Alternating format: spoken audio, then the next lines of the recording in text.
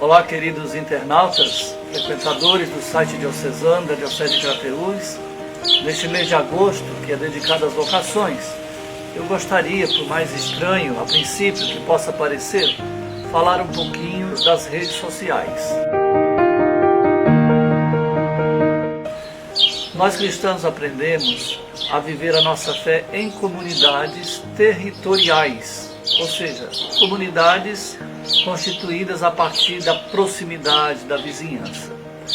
Mas hoje, com o alcance dos meios de comunicação, o acesso às viagens por terra, pelo mar, pelo ar, e também com o advento das novas tecnologias, mudam por completo aquilo que nós chamamos de mobilidade. Então parece não mais existir distâncias, o tempo também já não é compreendido de outra forma. Enfim, o mundo se tornou, como se diz, uma aldeia global, e nós todos vamos nos tornando de algum modo nativos digitais. Então o que aproxima hoje as pessoas não é tanto mais o território, claro que também, mas não é somente isso. Mas o que aproxima as pessoas são exatamente os diferentes vínculos que se vão tecendo lá no mundo do trabalho, onde eu pratico esportes, no estudo, em outros lugares de lazer, a afetividade, a pertença a uma comunidade religiosa. Isso aproxima muito mais do que propriamente a territorialidade. Então, estes vínculos são alimentados hoje, são cultivados por relações virtuais, na maioria das vezes, através das redes sociais. E vão dando origem a uma nova modalidade de comunidade, que nós chamamos de comunidade ambiental virtual. Precisamos vencer, então, os preconceitos e entender que essas comunidades ambientais, e quando nós falamos de comunidade ambiental, ela pode estar numa universidade, ela pode estar numa escola de ensino médio fundamental, ela pode estar num hospital, numa fábrica, numa empresa, numa determinada rua, num lugar de lazer, num quartel, etc.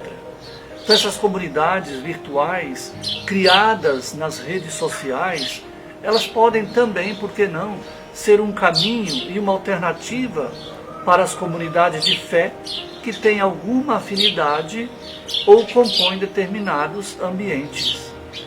Então nós, enquanto humanidade, nós vivemos hoje uma fase nova da história da humanidade, com essas mudanças que são profundas e rápidas, e que se estendem por todos os cantos da Terra. Tudo é muito transitório, tudo é muito provisório, sem muita consistência. Alguém já disse que nós vivemos numa sociedade líquida, num tempo de muita liquidez, de muita fluidez. Então, dentro desse contexto, se faz necessário buscar o equilíbrio entre aquilo que é privado e o coletivo, entre o virtual e o presencial. Não dá mais para ser somente do jeito que nós aprendemos tempos atrás. Então o planeta ele está atravessado hoje pelas autoestradas, nós poderíamos dizer, da informação. Ou seja, nada que acontece num determinado lugar do mundo permanece fora do conhecimento. Tudo é trazido para dentro da nossa casa, tudo passa pela palma da nossa mão, pela telinha de um celular, de um notebook e por aí afora. Então a internet, o mundo virtual, permite-nos fugir da perda do outro. Tempos passados, quando alguém se distanciava, era uma tragédia. Hoje, através do mundo virtual da internet, as pessoas de algum modo continuam próximas de nós. Então, nós conseguimos fugir dessa sensação de perda do outro, do medo que temos de perder as relações, porque elas podem ser alimentadas pelas redes sociais, pelo virtual. Só que tem um detalhe. Esquecemos que nascemos em comunidade. Como assim? Ninguém nasce virtualmente. O nosso existir, ele nasce de um encontro. A comunidade e o outro são anteriores a nós. Sem o outro nós não estaríamos aqui. Então viver no mundo virtual, tomar parte nele, não exclui o mundo presencial, de jeito nenhum. Então é preciso reconhecer que a vida, ela é vida se for desenvolvida junto aos outros e com os outros, em comum unidade. Daí a palavra comunidade.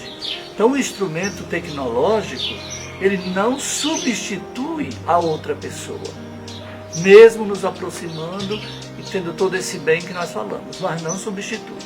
Então a inovação não está na ferramenta, no instrumento tecnológico, mas no uso que se faz dele. E dependendo desse uso, nos possibilita então que os interessados se encontrem, ou que possam realizar a sua busca mais profunda através de formação de grupos de interesse e de compartilhamento dessas mesmas experiências e interesses comuns. Mas a comunidade ambiental precisa da comunidade presencial, ainda que não esteja ligada a território, mas precisa desse sentimento de pertença, em função desses vínculos de interesses afins com colegas de estudo, amigos de trabalho, relações de igualdade social, racial, que facilitam de algum modo a integração na comunidade. Ou seja, a comunidade virtual deve levar a comunidade presencial em algum momento, não pode substituí-la. Então, a presença da rede, repito, não exclui a necessidade do encontro pessoal. Pelo contrário, essas experiências se enriquecem mutuamente e se fortalecem. Pois é, eu fico pensando, o que teria acontecido à igreja ou às igrejas nos tempos de isolamento social por causa da pandemia do novo coronavírus, se não existissem as redes sociais? Você já se perguntou isso? Que assistência e motivações, que possibilidade de partilha de tantas atividades pastorais nas famílias nós teríamos feito chegar à igreja doméstica sem as redes sociais? Então, bendito o bom uso das redes sociais. E aqui quero dizer, bendito os jovens experts nas redes sociais, que tanto nos ajudaram e nos ajudam a comunicar nesse tempo de pandemia de coronavírus. Jovens que nos ajudaram a nos comunicar, irmãos e irmãs, com as nossas capelas, com as nossas comunidades, com as nossas famílias, nesse tempo em que as capelas estão fechadas, mas que a igreja continuou viva. Então, precisamos pensar mais nisso, preparar presbíteros, padres, leigos, religiosos, religiosas, para acompanhar estas comunidades ambientais, reconhecendo a sua importância e a sua validade e, ao mesmo tempo, integrando essas comunidades virtuais a uma paróquia que, entre outras comunidades, poderá também ter estas, por que não? Ou quem sabe até criar paróquias ambientais, onde o padre acompanha essas comunidades virtuais lá onde elas se encontram, promovendo aquele encontro. Na escola, no hospital, na rua, na fábrica, no quartel, nos pontos turísticos, etc. Então o futuro, meu amigo, minha amiga, aponta para a coexistência de paróquias com comunidades territoriais e ambientais. E a sua caminhada deverá ser incluída nos planos diocesanos e paroquiais de nossa ação evangelizadora. Está aí o desafio.